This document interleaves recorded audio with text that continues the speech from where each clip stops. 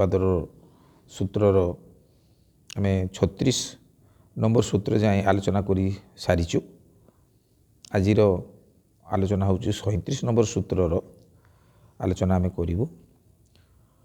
ତ 36 ନମ୍ବର ସୂତ୍ରର ଯେଉଁ ଆମେ ଆଲୋଚନା କରିଥିଲୁ, ଯେଉଁଟା ଥିଲା ଆମର କ'ଣ ଥିଲା, ବିଷକା ବା ଜ୍ୟୋତିଷ୍ମତି, ଶୋକରହିତ ରହିବା ଆଉ ଶୋକରହିତ ରହିବା ଏବଂ ଶୋକରହିତ ହେଲେ ପ୍ରସନ୍ନ ଚିତ୍ତ ହେବ। ପ୍ରସନ୍ନ ଚିତ୍ତ ହେଲେ ମନର ପ୍ରବୃତ୍ତି ସମାଧି ଆଡ଼କୁ ଯାଇପାରିବ। ଏଇ ଯେଉଁ 37 ନମ୍ବର ସୂତ୍ରରେ ଆଜିର ଆଲୋଚନାର ବିଷୟ ହେଉଛି ଆପଣଙ୍କର ବିତରାଗ ବିଷୟ ବା ଚିତ୍ତମ୍। ଏଇ ଯେଉଁ 37 ନମ୍ବର ସୂତ୍ରର ଯେଉଁ ମହର୍ଷି ପତଞ୍ଜଳି ଆଲୋଚନା କଲେ ଯେ ଆମର ବୈରାଗ୍ୟର ବି ମଧ୍ୟ ସମାଧି ହୋଇପାରେ। ଏ ଯେଉଁ ବିତରାଗ ଯେଉଁ ବିଷୟରେ କହିଲେ, ମହର୍ଷି ପତଞ୍ଜଳିଙ୍କର ଯେଉଁ ଆଲୋଚନା ଚକ୍ରକୁ ଆଣିଲେ, ତାହା ହେଉଛି ଆମେ ଗତ ଥର ଆଗରୁ ମଧ୍ୟ ଆଲୋଚନା କରିଛୁ 4 ନମ୍ବର ସୂତ୍ରରେ ଯେ ଆମର ମନ ଯଦି ସ୍ୱରୂପସ୍ଥ ରହିବ, ଦୁଇଟା ଅବସ୍ଥାରେ ରହିବ, ଦୁଇ ପ୍ରକାର ଅବସ୍ଥାରେ ସେ ରହିପାରେ। ଗୋଟେ ପ୍ରକାର ହେଉଛି ଯଦି ସେ ସ୍ୱରୂପସ୍ଥ ନ ରହେ ତାହେଲେ ମୃତ୍ୟୁ ସାରୂପ ଅବସ୍ଥାରେ ଥିବ। ତ ଯେଉଁଟାକି ସ୍ୱରୂପସ୍ଥ ନହେଲେ ବୃତ୍ତି ସାରୂପ, ଏଇ ଦୁଇ ଯେଉଁ ସ୍ଥିତି ମନର। ତ ଆମେ ଯେହେତୁ ସାଂସାରିକ ମନୁଷ୍ୟ, ସାଂସାରିକ ସ୍ଥିତିରେ ଆମର ମନ ରହୁଛି ବୃତ୍ତି ସାରୂପ ଅବସ୍ଥାରେ। ଆଉ ଯଦି ସ୍ୱରୂପସ୍ଥ ହେଇଯିବା ତାହେଲେ ସ୍ୱରୂପ ସ୍ଥିତିରେ ରହିବ। ତ ବୃତ୍ତି ସାରୂପ ଅବସ୍ଥାରେ ଯେଉଁ ମନ ସାଂସାରିକ ସ୍ଥିତିରେ ଯେଉଁ ରହିଛି ବା ରହୁଥିବ, ଏଇଥିରେ ତାର ରାଗ ଯୁକ୍ତ ହେଇଯାଏ, ଅର୍ଥାତ୍ ପ୍ରେମ ଯୁକ୍ତ ହେଇଯାଏ, ଆସକ୍ତି ବଢ଼ିଯାଏ। ଏଇ ଯେଉଁ ଏଇଥିରେ ରାଗ ରହିତ ହେବା ବା ଅନାସକ୍ତ ରହିବା ବା ଆସକ୍ତି ରହିତ ରହିବା ହେଉଛି ବିତରାଗ। ଅର୍ଥାତ୍ ଅତିରିକ୍ତ ରାଗଯୁକ୍ତ ନ ହେବା ବା ଆସକ୍ତିଯୁକ୍ତ ନ ହେବା, ଏ ହେଉଛି ବିତରାଗ। ଏଇ ଯେଉଁ ବିତରାଗ ଅବସ୍ଥାରେ ସାଂସାରିକ ସ୍ଥିତିରେ ଯେଉଁ ଆମର ମନ ସଂସାର ଯୁକ୍ତ ହୋଇଯାଉଛି, ସେଇଥିରେ ସେ ସ୍ୱରୂପସ୍ଥ ହୋଇପାରୁନାହିଁ। ଯୋଗର ଲକ୍ଷ୍ୟ କ'ଣ? ସ୍ୱରୂପସ୍ଥ ହେବା। ତ ବୈରାଗ୍ୟ ସାଧନରେ, ବୈରାଗ୍ୟ ସାଧନଟା ହେଉଛି ସେହି ପ୍ରକାର ଯେ ଜଣେ ସାଧକ ସଂସାରରେ ରହିବି ମଧ୍ୟ ସେ ସମାଧିସ୍ଥ ହୋଇପାରିବ, ସ୍ୱରୂପସ୍ଥ ହୋଇପାରିବ। ଯଦି ସଂସାରରେ ଥାଇ ସାଂସାରିକ ସମସ୍ତ ପ୍ରକାର ବିଷୟ ଆଶୟରୁ ସଂସାର ଥିବ, କିନ୍ତୁ ସେ ଆସକ୍ତ ରହିତ ହେବ, ଆସକ୍ତିଯୁକ୍ତ ରହିବ ନାହିଁ ବା ରାଗଯୁକ୍ତ ରହିବ ନାହିଁ, ଅତିରିକ୍ତ ସେ ପ୍ରେମ କରିବ ନାହିଁ, ସେଥିରେ ଆସକ୍ତ ହେବ ନାହିଁ। ସେଇଟା ହେଉଛି ବିତରାଗ। ଏଇ ଯେଉଁ ଦୁଇ ସ୍ଥିତି, ଏଇ ଦୁଇ ସ୍ଥିତିରେ ଯେଉଁ ଆମର ଚିତ୍ତକୁ ଯଦି ଯେଉଁ ଚିତ୍ତର ଯେଉଁ ଅସଲ ଚିତ୍ତ ତାର ନିଜସ୍ୱ ସ୍ଥିତିଟା ହିଁ ହେଉଛି ସମାଧି ସ୍ଥିତି। ଯୋଗ ଚିତ୍ତବୃତ୍ତି ନିରୋଧ, ବୃତ୍ତି ଗୁଡ଼ିକ ନିରୋଧ କରିଦେଲେ ସେ ଯୋଗସ୍ଥ ହେଇଯିବ। ବୃତ୍ତି ଗୁଡ଼ିକ ନିରୋଧ କରିଦେଲେ ଯୋଗସ୍ଥ ହେଇଯିବ, ସ୍ୱରୂପସ୍ଥ ହେଇଯିବ। ତ ସଂସାରରେ ଥାଇ ସାଂସାରିକ ବିଷୟ ଆଶୟରୁ ଯେଉଁ ଆସକ୍ତି ଅତିରିକ୍ତ ଆସକ୍ତିଯୁକ୍ତ ନହେଲେ ସେ ସମାଧି ସ୍ତରକୁ ଯାଇପାରିବ। ତ ଏଇ ଯେଉଁ ସାଧନ, ଏ ସାଧନ ଦ୍ୱାରା ଲାଭ କ'ଣ ସେ ବିଷୟରେ ଆକ୍ଚୁଆଲି ପ୍ରକୃତରେ ଦେଖିବାକୁ ଗଲେ କ'ଣ ହେଉଛି ଯେ ବନ୍ଧନର ଆମେ ଆକ୍ଚୁଆଲି ବନ୍ଧନରେ ପଡ଼ିଯାଉଛି ସାଂସାରିକ ବନ୍ଧନରେ, ମାୟା ନୁହେଁ, ଏଇଠି ବନ୍ଧନର କାରଣ ହେଉଛୁ ଆମେ ଯେଉଁ ଆସକ୍ତିଯୁକ୍ତ ନ ହେବାଟା, ଆସକ୍ତିଯୁକ୍ତ ହେଲେ ବନ୍ଧନ, ଆଉ ଆସକ୍ତିଯୁକ୍ତ ନହେଲେ ସେ ମୁକ୍ତ ଅବସ୍ଥାରେ ରହିବ। ତ ଏଇ ଯେଉଁ ବନ୍ଧନର କାରଣ କ'ଣ ସେ ବିଷୟରେ ଯଦି ଦେଖାଯିବ, ଆଲୋଚନା କରାଯିବ ଯେ ସଂସାର ଅଛି, ସଂସାର ମନୁଷ୍ୟକୁ ବାନ୍ଧି ପାରେ ନାହିଁ। ସଂସାର ମନୁଷ୍ୟକୁ ବାନ୍ଧି ପାରେ ନାହିଁ, କିନ୍ତୁ ମନୁଷ୍ୟ ଇଚ୍ଛା କରି ସଂସାର ବନ୍ଧନରେ ପଡ଼େ। ମନୁଷ୍ୟ ଇଚ୍ଛା କରିକି ସଂସାର ବନ୍ଧନରେ ଥାଏ, ନହେଲେ ସଂସାରର କୌଣସି ଇଏ ନାହିଁ, ଶକ୍ତି ନାହିଁ ଯେ ସେ ମନୁଷ୍ୟକୁ ବାନ୍ଧି ରଖିପାରିବ। ମନୁଷ୍ୟ ଇଚ୍ଛା କରି ସେ ତାର ବନ୍ଧନ ଯୁକ୍ତ ହୁଏ।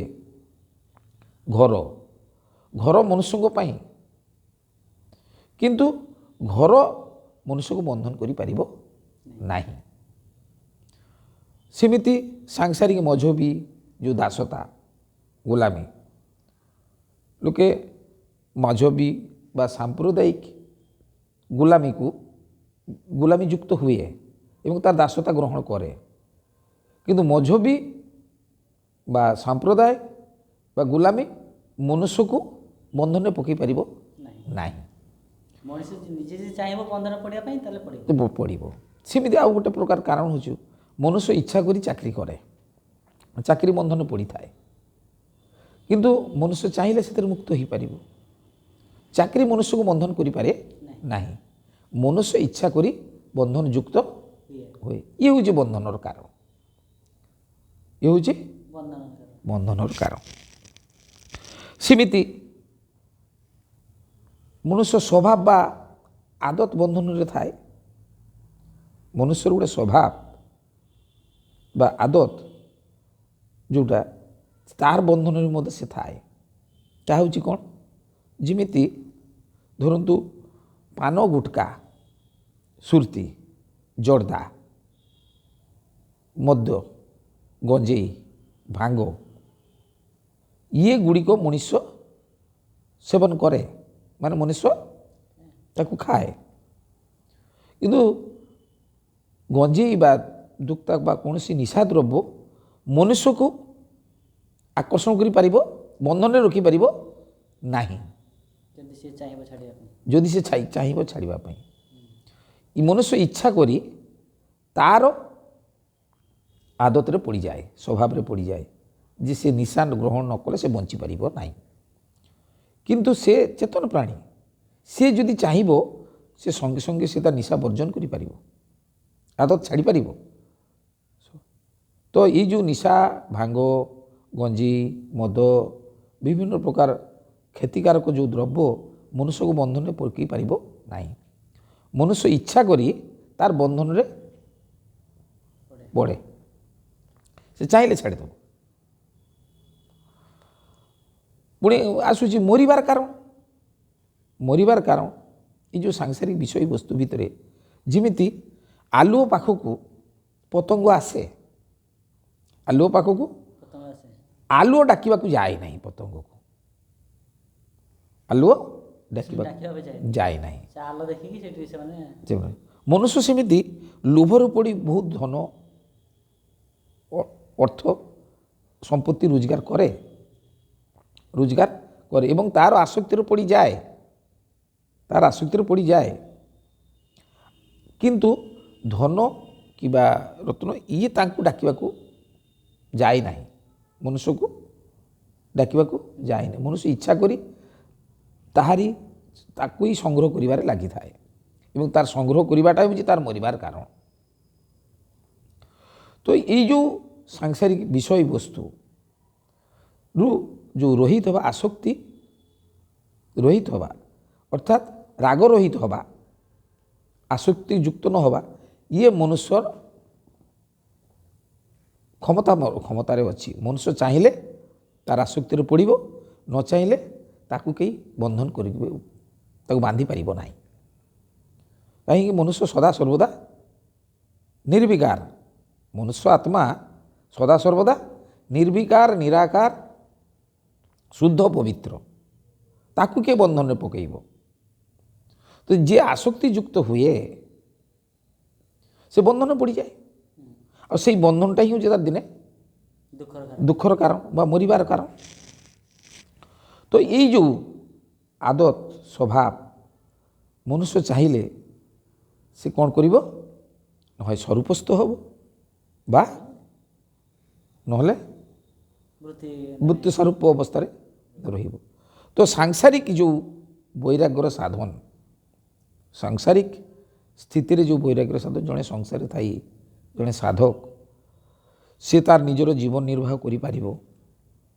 ଆଉ ସାଧନମୟ ଜୀବନ ମଧ୍ୟରେ ତାର ନିଜସ୍ୱ ଆବଶ୍ୟକୀୟ ପଦାର୍ଥମାନ ବି ମଧ୍ୟ ସେ ଭୋଗ କରିପାରିବ। କିନ୍ତୁ ସେ ଆସକ୍ତିଯୁକ୍ତ ହେଲେ ସଂସାର ବନ୍ଧନରେ ପଡ଼ିଯିବ। ଆଉ ନିରାସକ୍ତ ଭାବ ହେଲେ ସେ ଯେଉଁଟାକି ଆମର ବିତରାଗ ଅର୍ଥାତ୍ ନିରାସକ୍ତ ଭାବ ଆଣିଲେ ତାର ମନ ସ୍ୱରୂପସ୍ଥ ଅବସ୍ଥା ସ୍ଥିତିକୁ ଯାଇପାରିବ। ତ ସାଧନ କରେ କିଏ? ମନୁଷ୍ୟ କରେ। ମନୁଷ୍ୟ ସାଧନ କରେ ମନୁଷ୍ୟ, ଆଉ ବନ୍ଧନରେ ପଡ଼େ ମନୁଷ୍ୟ, ସେଥିରୁ ପୁଣି ମୁକ୍ତ ବି ମଧ୍ୟ ହୁଏ ମନୁଷ୍ୟ।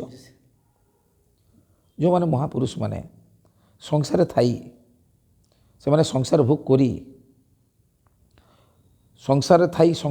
କରି ମଧ୍ୟ ସେ ମୁକ୍ତ ଅବସ୍ଥାରେ ରହିଛନ୍ତି। ଯେମିତି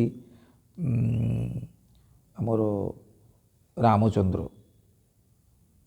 ଲକ୍ଷ୍ମଣ, ରାମଚନ୍ଦ୍ର, ସ୍ୱୟଂ ଶ୍ରୀକୃଷ୍ଣ, ଏମାନେ ସଂସାରରେ ଥାଆନ୍ତି, ସଂସାର ସବୁ କର୍ତ୍ତବ୍ୟ କରନ୍ତି, କିନ୍ତୁ ନିରାସକ୍ତ ଭାବରେ, ଯୋଗସ୍ଥ ଭାବରେ ସେମାନେ ଥାଆନ୍ତି। ଗୀତାରେ ତ ବାରମ୍ବାର କୁହାହେଉଛି ଯୋଗସ୍ଥ କରୁ କର୍ମାଣି ସଙ୍ଗଂ ତକ୍ତା ଧନଞ୍ଜୟ। ଏ ଯେଉଁ ଯୋଗସ୍ଥ ହିଁ କର୍ମ କରିବା। ଯୋଗସ୍ଥ ହିଁ କର୍ମ କର।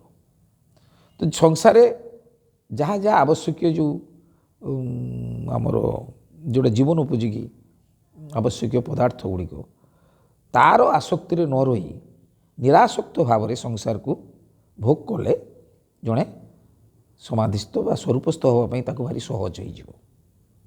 ଏ ହେଉଛି ବିତରାଗ ବିଷୟ ବା ଚିତ୍ତମ, ଇଏ ହେଉଛି ବୈରାଗ୍ୟର ସାଧନ।